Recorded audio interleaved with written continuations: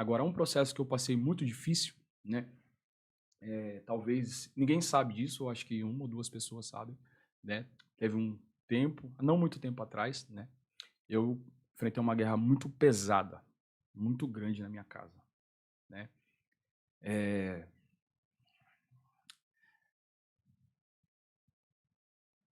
o inimigo se irandou lá dentro, né? Quis fazer uma arruaça lá, né? A Débora estava com um começo de síndrome do pânico, né? E tinha noite que era difícil. Ela deitava na cama, né? Começava a se tremer, né? Dizia, tô com medo, tô com medo, tô com medo. Ai, meu Deus. E eu entendi que eu precisava ser sacerdote da minha casa, né? Chamei ela, falei, olha, ainda não vamos procurar um profissional. Vamos para oração. Comecei um propósito de oração, eu e ela, e as crianças. Eu, a Débora, o Miguel e a Rayane. Fomos pro joelho. Toda noite antes Toda aquilo. noite. Começamos a orar, interceder, buscar e tal. Michel teve um dia, esse dia foi terrível. Coloquei as crianças para deitar. Eu fui deitar no meu quarto, né? O meu quarto tinha uma porta, né? Sim. Mas essa porta, ela não se movia. Se eu abrisse ela, ela ficava. Se eu fechasse ela, ela ficava. Era A gente foi fixa. deitar, mas eu deixava sempre a porta aberta do quarto. Deitei Sim. na cama com a Débora. E de repente a gente tá deitado ali, a porta do quarto faz assim, ó.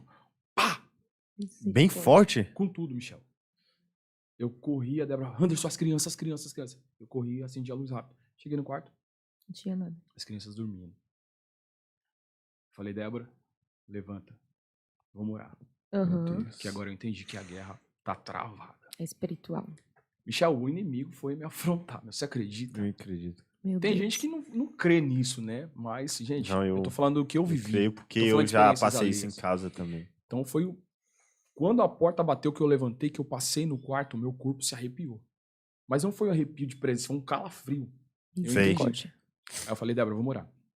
Começamos a orar, começamos a repreender Michel. E Deus me mostrou, Michel, algo dentro da minha casa.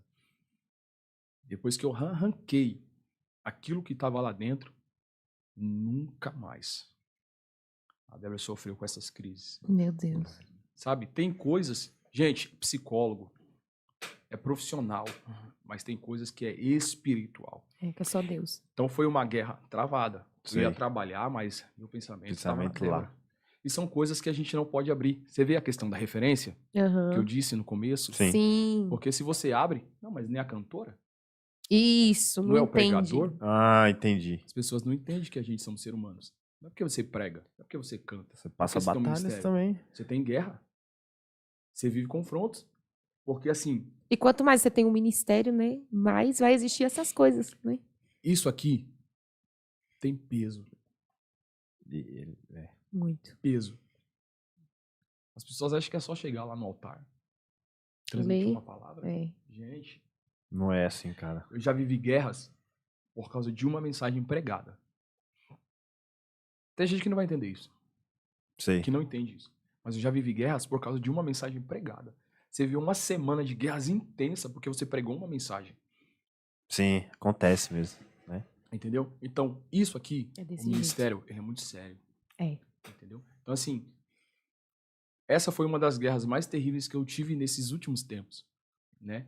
Mas, assim, a gente sempre tá em guerra. Na verdade, o cristão não tem... É, né? O cristão entendeu? não Mas tem, há assim, guerras, né, Hans? paz, Que é mais né? pesadas que a outra, né? Tem Não que guerras. você vai passar, vou passar tranquilinho.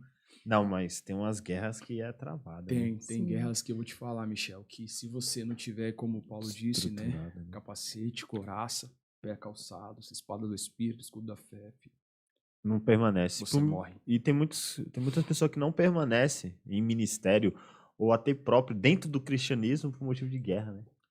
É, porque na verdade, assim, as pessoas precisam entender que antes de você ser qualquer coisa dentro do reino, você precisa ser experimentado nas batalhas.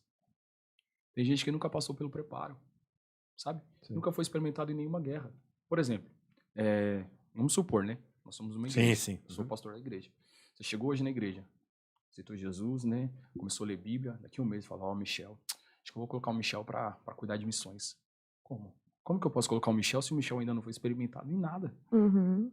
Michel não viveu nada. Isso acontece muito hoje em dia.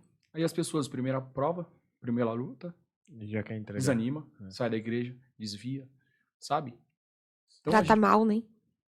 sabe, a gente precisa Sim. experimentar as pessoas primeiro, as pessoas conhecer o que é guerra, o que é batalha, o que é uma vida cristã, né? Porque não é um mar de rosas apenas, né? Vai ter os dias lá que você vai estar naquele conflito ali, né? E você vai falar, Deus, como diz aqui, socorro, Deus, né? Vai pedir Sim. socorro para Deus, entendeu? Totalmente. Verdade. Então é isso que a gente precisa entender, que para a gente, antes de fazer qualquer coisa, a gente precisa ser experimentado nas batalhas, né? Conhecer o campo de batalha, conhecer as armas que a gente tem, conhecer quem é o nosso adversário. Por isso que Paulo explica lá em Efésios capítulo 6, lá ele deixa tudo. Quem é o claro. aliado, quem é o inimigo, quais são as armas, qual é a guerra, quem é o adversário. Meu, tá lá. Efésios capítulo 6, a partir do versículo 10. A armadura de Deus. Lá tá explicando tudo isso, né? Mas a gente quer ir pro mais fácil. É, Não, vamos falar da bênção. É. Vamos falar da prosperidade, vamos falar do milagre, vamos falar da Da provisão, cura. da É. cura, né? Mas antes disso tudo, Tem- você tem que ser um tem que- soldado, Tem velho. que ser um Tem que ser soldado. um soldado. Nossa, que legal.